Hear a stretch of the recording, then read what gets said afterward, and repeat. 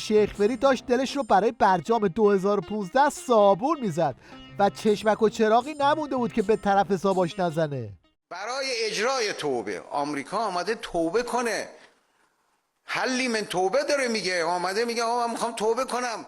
این هم جواب عظما به شیخ فری از زبون بوفالوی ولایت. شما پا میشید میرید وین، توی اتاقی میشینید با اروپایی‌ها مذاکره کنید، اتاق کناری هم نمایندگان امریکا میشینن. این اروپایی‌ها میرن تو اتاق نمایندگان امریکا، اونا بهشون دیکته میگن بیان با شما مذاکره کنن.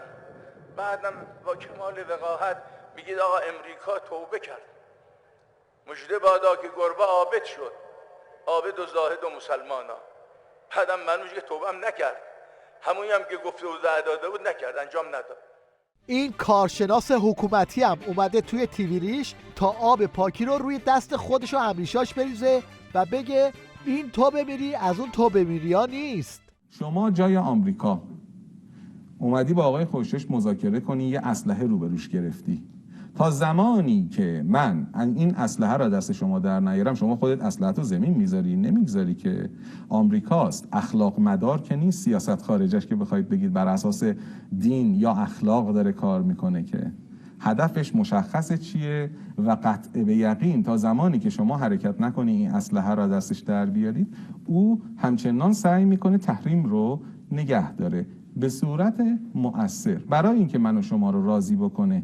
خشاب سیتایی داره، یه گولم بسشه، 25 تاش هم ممکنه اصلا یه روزی بریزه دور، ولی میدونه هنوز این اسلحه به راحتی شلیک میکنه و میکشه. این یکی هم میگه زیاد به رفع تحریمات دلخوش نکنید. تو این اوضاع و احوال اگه تحریما هم رفع بشه اقتصاد نظام سرپا نخواهد شد. اگر من بیام هی وعده بدم که اگر تحریما رفع شه، اگر تحریم رفع شه، ببینید یعنی چی؟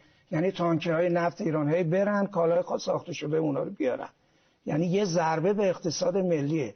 تاریخ اقتصاد ایران شاهده. هر موقع نفت ایران به شدت صادراتش بالا رفت، اقتصاد ضربه خود به جای گرفت. اونهایی که فکر میکنن با رفع تحریما نظام میتونه از مهلکه سرنگونی جون سالم به در ببره، دوچار اشتباه محاسبن.